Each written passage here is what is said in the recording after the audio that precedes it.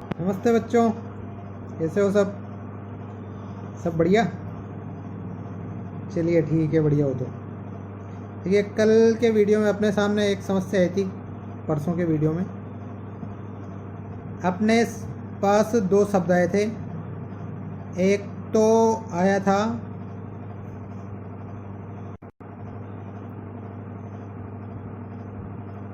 पुनर प्लस रमते, एक आया था अंतर प्लस राष्ट्रीय। इस पुनर्रमते का अपन ने क्या कर दिया था कि इस र के पहले आ है और र के बाद र है, तो र का लोप करके पहले वाले अर्ग आ को दीर्घ कर दिया था और रूप बनाया था पुनर्रमते। अंतर प्लस राष्ट्रीय में भी ऐसे ही, र के बाद र है तो पहले वाले र का लोप और उसके पहले जो अण आ रहा है उसको दीर्घ कर दिया था, तो बना था अंतर्राष्ट्रीय। लेकिन समस्या यह थी कि यही कंडीशन मनः प्लस रथ यहाँ पर भी तो है भाई। यहाँ पर भी विसर्ग र का ही रूप होता है, तो यहाँ पर भी अ है, अ के बाद र है और र के बाद फिर र है, तो इस र का लोप क्यों नहीं हुआ? तो देखिए ये क्या होता है कि यदि स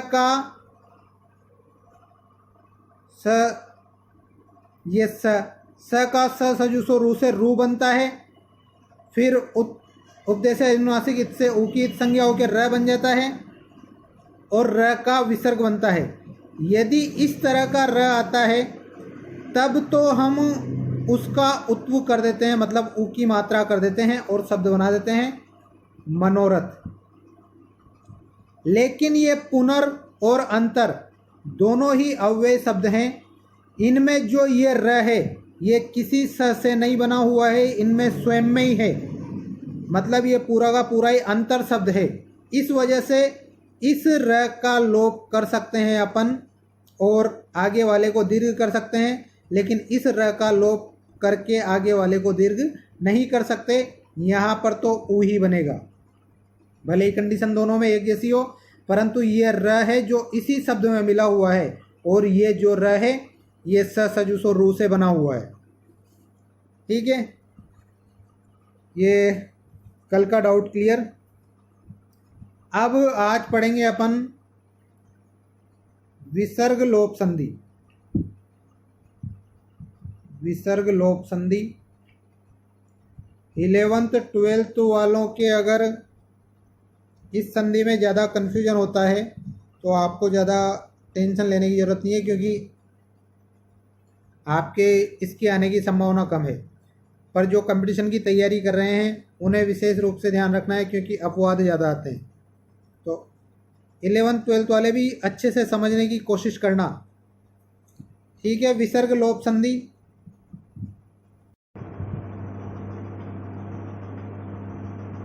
इस संधि में क्या होता है, कुल मिला के आपको दो शब्द ही ध्यान रखने हैं। यदि स हो या एषः हो, स हो या एषः हो और इनके बाद कोई व्यंजन हो, अभी समझना है आपको, बाद में लिखा दूंगा मैं। इनके बाद क्या हो, कोई व्यंजन हो, तो इस एस के विसर्ग का और स के विसर्ग का, ये दो ही शब्द ध्यान रखने हैं आपको। स के विसर्ग का और एस के विसर्ग का लोप हो जाता है। कब होता है? कंडीशन दे रखी है उसने, यदि बाद में व्यंजन हो। और कब नहीं होता है? तो ये स हो और ऐसा हो, इनके बाद में यदि कोई स्वर हो तब लोप नहीं होता है। अगर स और ऐसा के बाद कोई स्वर हो तब लोप नहीं होता है। और दूसरी बात, पहले तो बताया था मैंने, अगर व्यंजन हो तो लोप हो जाता है, स्वर हो तो लोप नहीं होता है। एक और कंडीशन दे रखी है इसमें कि कब लोप नहीं होता है। यदि क प्रत्यय लगा हुआ हो स या एश के साथ, या तो क प्रत्यय लगा हुआ हो, या फिर नए समास का अन लगा हुआ हो। नए समास में अन बनता है, इस समास में बहुत सारे पाठों में बताया मैंने, तब नहीं होता है। मतलब रूप क्या बनेगा, यदि स क रामः इस तरह हो तब भी विसर्ग का लोप नहीं होगा, क्योंकि यहाँ पर क प्रत्यय आ गया है।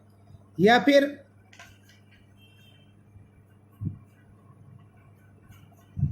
अनेशः इस तरह का रूप बना हुआ हो और बाद में भले ही व्यंजन हो,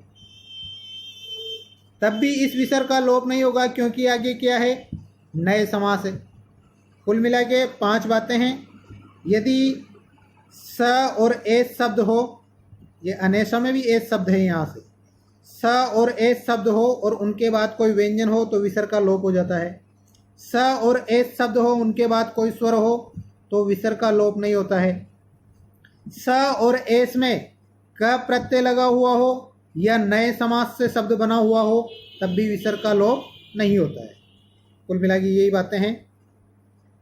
देखिए इसका सूत्र, देखिए सूत्र है एतत् तदो सुलोपो, यानी एतत् और तत् शब्द में सु, ये सु प्रत्यय प्रथमा विभक्ति एक वचन में आता है और इसी का क्या बनता है, विसर्ग। तो यहाँ सु का मतलब क्या है, विसर्ग। सुलोपो मतलब इस सु का या इस विसर्ग का लोप हो जाएगा। कब, हली यानी व्यंजन बाद में होने पर। कब होगा, व्यंजन बाद में होने पर। लेकिन यहाँ पर ये कह रहा है अकोह, आ यानी नहीं होगा, क यानी क प्रत्यय लगने पर। अ का मतलब नहीं होगा, क प्रत्यय लगने पर। एक तो क प्रत्यय लग रहा हो तब नहीं होगा, और यहाँ दे रखा है अ नए, अ यानी नहीं होगा नए समास से शब्द बनने पर। 5 बातें वही दे रखी है इस सूत्र में। एतत् और तत्, तो इसी एतत् का प्रथमा एक वचन में यानी सु प्रत्यय लगाने पर रूप बनता है एषः, और तत् का प्रथमा एक वचन में यानी सु प्रत्यय लगाने पर रूप बनता है स। तो कुल मिला के ये 2 शब्द ध्यान रखने हैं। ठीक है, अब इसकी व्याख्या लिख लेते हैं। समझा तो दिया ही है। लिखिए सूत्र की व्याख्या, एतत् तथा तत् शब्दों में, शब्दों के प्रथमा एक वचन में लगने वाले सुप प्रत्यय, मैंने प्रत्यय का वीडियो बनाया, उसमें बताया कि सुप प्रत्यय कौन से होते हैं, कहाँ पर लगते हैं। सुप प्रत्यय का बाद में कोई व्यंजन होने पर, इस सुप प्रत्यय का यहाँ पर कोमा है, बाद में कोई व्यंजन होने पर लोप हो जाता है।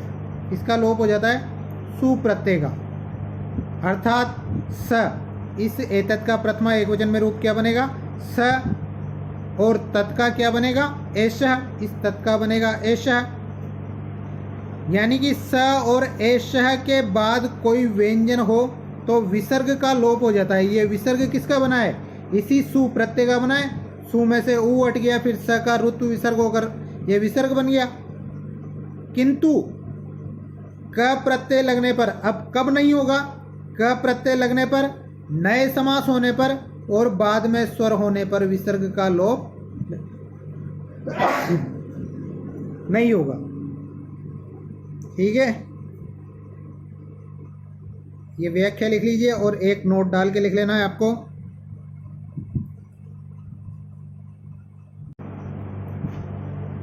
एतत् का प्रथमा एक वचन में एषः रूप बनता है, विसर्ग लग रहा है पीछे, तथा तत् का प्रथमा एक वचन में स रूप बनता है। तो कुल मिला के ये 2 शब्द हैं जिनका आपने वो करना है। अब इसके शब्द देखिए, सारे शब्द मैं ही करवा देता हूँ, ज़्यादा नहीं है।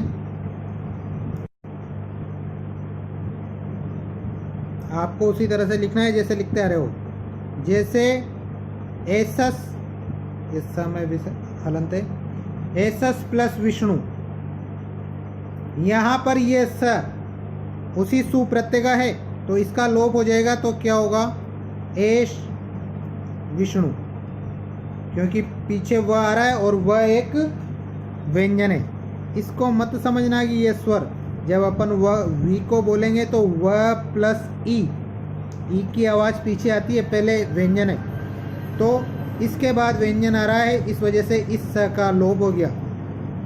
अगर इसकी जगह विसर्ग होता तो उसका भी लोप करते। दूसरा है सस प्लस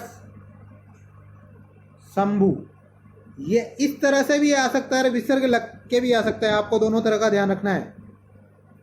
पीछे व्यंजन है इस वजह से इस स का लोप हो जाएगा और क्या बनेगा शंभु।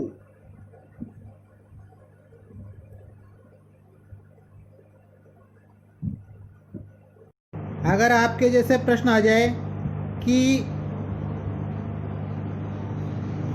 एश विष्णु, एश विष्णु, इसका संधि विच्छेद क्या होगा, तो और विकल्प में दे रखा हो एसस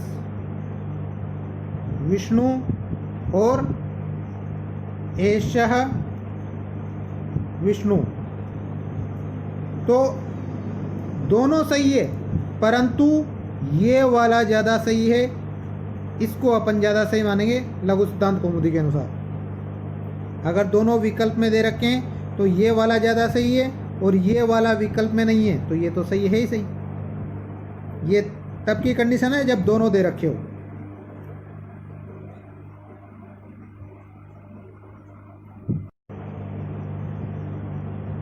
अगला शब्द देखिए स प्लस इच्छति। अब यहाँ पर अपने पास स के बाद विसर्ग है लेकिन पीछे क्या है स्वर है, इस वजह से इसका लोप नहीं होगा और शब्द ऐसा का ऐसा ही बन जाएगा स इच्छति। यहाँ पर और कोई सूत्र भी नहीं लग रहा है, इस वजह से ऐसा का ऐसा संयुक्त हो जाएगा।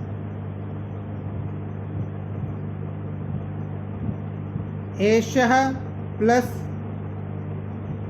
आयाति क्या बनेगा, यही विसर्ग तो है परंतु बाद में स्वर है तो ऐसा का ऐसा संयुक्त हो जाएगा एषः आयाति। दोनों समझ में आ गए होंगे। पहले जो दो उदाहरण लिखा है वो तो किसके थे, उनमें पीछे व्यंजन था। ये दो उदाहरण लिखा है इसमें क्या है पीछे स्वर है। अगले दो लिखा रहा हूँ जिनमें क्या है पीछे क प्रत्यय है, जैसे सकह प्लस बालह, यहाँ पर भी ये क प्रत्यय लग रहा है, इस वजह से भले ही पीछे व्यंजन है लेकिन क प्रत्यय लग रहा है तो विसर्ग का लोप नहीं होगा और क्या बन जाएगा सकह बालह।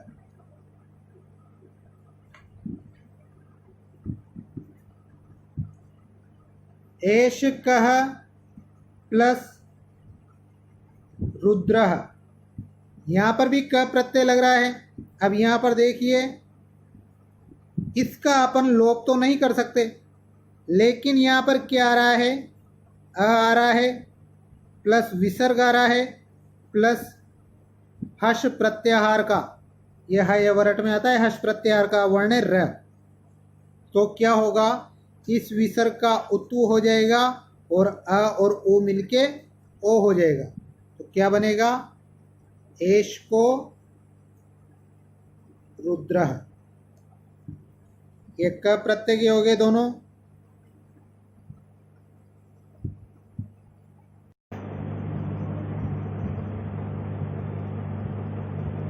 असह प्लस शिव, यहाँ पर जो ये अ है ये नए समास का है तो क्या हो जाएगा, इसका मतलब क्या होता है न सह शिव, मतलब वह शिव नहीं है तो नए समास लग रहा है। नए समास लग रहा है, इस वजह से भी विसर्ग का लोप नहीं होगा और इसी तरह से संयुक्त हो जाएगा।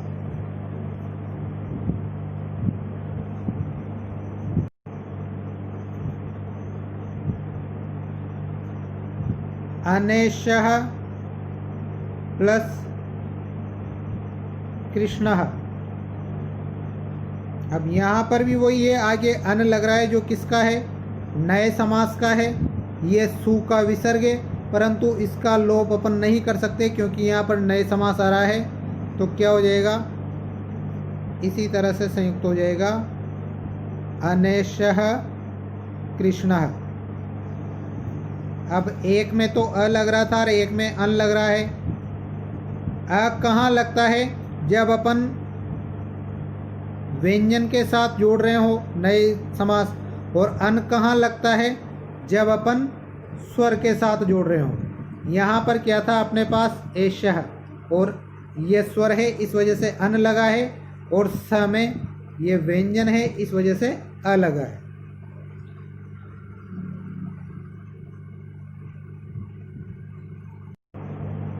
अगला सूत्र लिखिए, भो भगो अघो अपूर्वस्य योऽसि। तो ये सूत्र क्या कहता है कि इस भो के बाद भी विसर्ग लगा रहता है, भगो के बाद भी विसर्ग लगा रहता है, अघो के बाद भी विसर्ग लगा रहता है, और अ या आ के बाद भी विसर्ग हो तो यह जो विसर्ग है, ये सारे के सारे विसर्ग किस में बदल जाएंगे, ये में बदल जाएंगे। कब बदलेंगे, बाद में अशी यानी अस प्रत्याहार का वर्ण होना चाहिए। किसका वर्ण होना चाहिए, अस प्रत्याहार का। अब अस प्रत्याहार में क्या क्या आएंगे, अ से लेके जब गर्दस तक, मतलब सारे के सारे तो स्वर आएंगे, फिर हा ये वरट आएंगे, ये ट नहीं आएगा, हा ये वर ल, और फिर पांचवा, चौथा और तीसरा ये वर्ण आएंगे। बाद में अगर ये वर्ण हो और इन शब्दों के बाद विसर्ग लगा हुआ हो तो इस विसर्ग को किस में बदल देते हैं, ये में बदल देते हैं। इसकी व्याख्या लिख लो, देखिए व्याख्या, भो भगोह तथा अगोह शब्दों का विसर्ग, एक तो ये विसर्ग, तथा अ या आ के बाद आने वाला विसर्ग, या फिर अ या आ के बाद विसर्ग है, वह ये में बदल जाता है। किस में बदल जाता है, ये में बदल जाता है। कब, परंतु बाद में अश प्रत्याहार का वर्ण होना चाहिए, तब जाके बदलेगा। यदि बाद में अश प्रत्याहार का वर्ण है, यदि अश प्रत्याहार का वर्ण नहीं है तो नहीं बदलेगा। अब अश प्रत्याहार में क्या क्या आते हैं, स्वर ह ये वर ल, और वर्ग का तीसरा, चौथा और पांचवा वर्ण। स्थिति कैसी बनती है, यदि भो शब्द हो और अश प्रत्याहार का वर्ण हो, या भगो शब्द हो या अश प्रत्यय उसके साथ अश प्रत्याहार का वर्ण हो, अघो शब्द हो और उसके बाद अश प्रत्याहार का वर्ण हो, अ या आ के बाद विसर्ग हो और उसके बाद अश प्रत्याहार का वर्ण हो, तो क्या होता है, ये सारे के सारे ही विसर्ग किस में बदल जाएंगे, ये में बदल जाएंगे। ठीक है, ये सारे इसी तरह से बनाना है आपको कि ये विसर्ग किस में बदल जाएंगे, ये में बदल जाएंगे। अब एक सूत्र और आता है कि एक जगह तो विकल्प से बदलते हैं और एक जगह नित्य बदलते हैं, मतलब वहाँ बदलना जरूरी होता है, तो उनको लिख लीजिए। सॉरी, मैंने अभी कहा था कि वो नित्य बदलता है और विकल्प से बदलता है, वो बदलता नहीं है। दरअसल ये जो ये है, इस ये का आगे जाकर क्या होता है कि यदि बाद में व्यंजन हो, बाद में दो कंडीशन होती है अपने पास, ये या तो बाद में व्यंजन हो या बाद में स्वर हो, तो इस ये का क्या करते हैं अपन,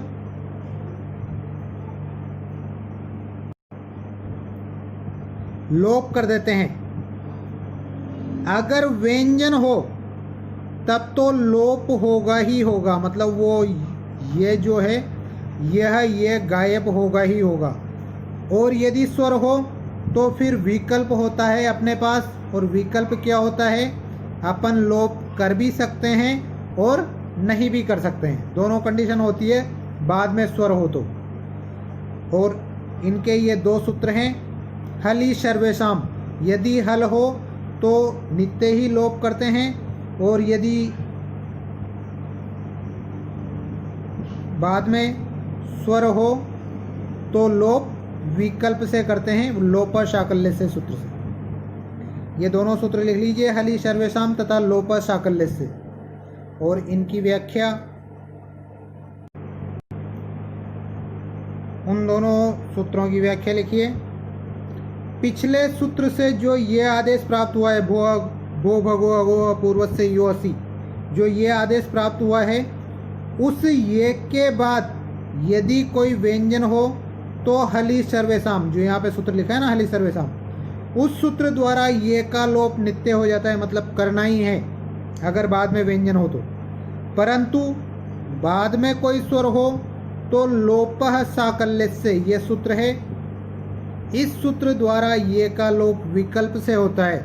अपन चाहें तो लोप कर भी सकते हैं और चाहें तो लोप नहीं भी कर सकते हैं, मतलब दोनों तरह के शब्द बन सकते हैं। अब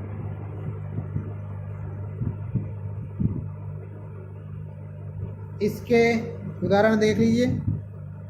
जैसे देवा प्लस ईह, ये शब्द है, यहाँ पर आ लग रहा है और आ के बाद विसर्ग है, और विसर्ग के बाद ये अश प्रत्याहार का वर्ण है। अश प्रत्याहार में स्वर आते हैं सारे, तो क्या होगा, इस विसर्ग का ये हो जाएगा, मतलब क्या शब्द बनेगा, देवाय ईह। क्या शब्द बनेगा, देवाय ईह। अब अभी अपन ने दो सूत्र पढ़े हैं, उनमें एक है लोप साकल्य से। वो क्या कह रहा है कि यदि बाद में स्वर हो तो इस ये का अपन लोप कर भी सकते हैं और नहीं भी कर सकते हैं। तो यहाँ पे तो पहले शब्द में तो अपन ने लोप नहीं किया, और दूसरा विकल्प क्या है कि लोप कर दें, तो देवा ईह दोनों ही बनेंगे।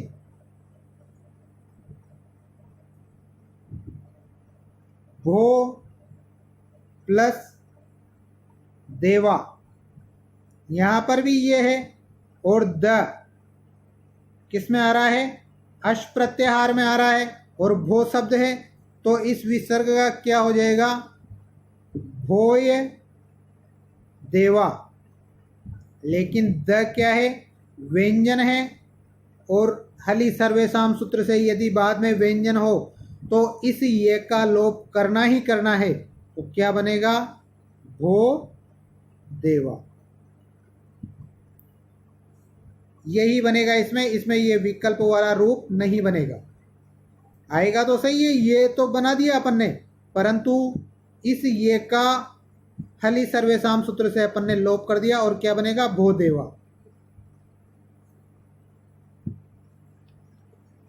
भगोह प्लस नमस्ते, वही भगो शब्द का विसर्ग है, किस में बदलेंगे इसको, ये में, भगोये प्लस नमस्ते। अब ये नमस्ते में न व्यंजन है, तो इस ये का क्या हो जाएगा, लोप हो जाएगा, क्या बनेगा, भगो नमस्ते।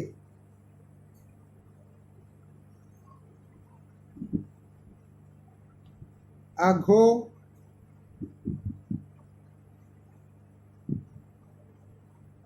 प्लस याही, देखिए इसका ये कर देंगे तो क्या हो जाएगा, अघोय प्लस याही। इस ये का लोप हो जाएगा हलि सर्वेषाम से, तो क्या बनेगा, अघो याही।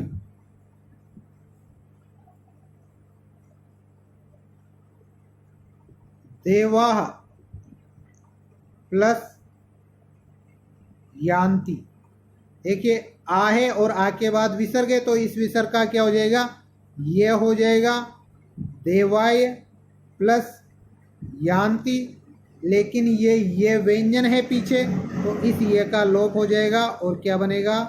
देवा यान्ति। विकल्प कब रहेगा? जब पीछे स्वर रहेगा, परंतु अगर पीछे व्यंजन है तो अपने पास विकल्प नहीं है, एक ही रूप बनेगा। बालः प्लस इच्छति आ रहा है यहाँ पर, और अ के बाद विसर्ग है, तो इसको क्या कर देंगे? ये बालये प्लस इच्छति। अब क्या होगा? पीछे स्वर आ रहा है तो अपने पास दोनों ही विकल्प हैं। एक तो रूप बनेगा अपने पास बालये, इस ये में ई मिल जाएगा, तो क्या होगा? बालई छ और ती। दूसरा बनेगा ये का लोप कर दो, बाल इच्छति। ठीक है, वो पहले जो मैंने पहला शब्द बताया था देवाय ईह, इसको भी जब संयुक्त करेंगे तो ये ई की मात्रा इस पे लग जाएगी और क्या बनेगा? देवायीह। सही कर लेना वहां पर।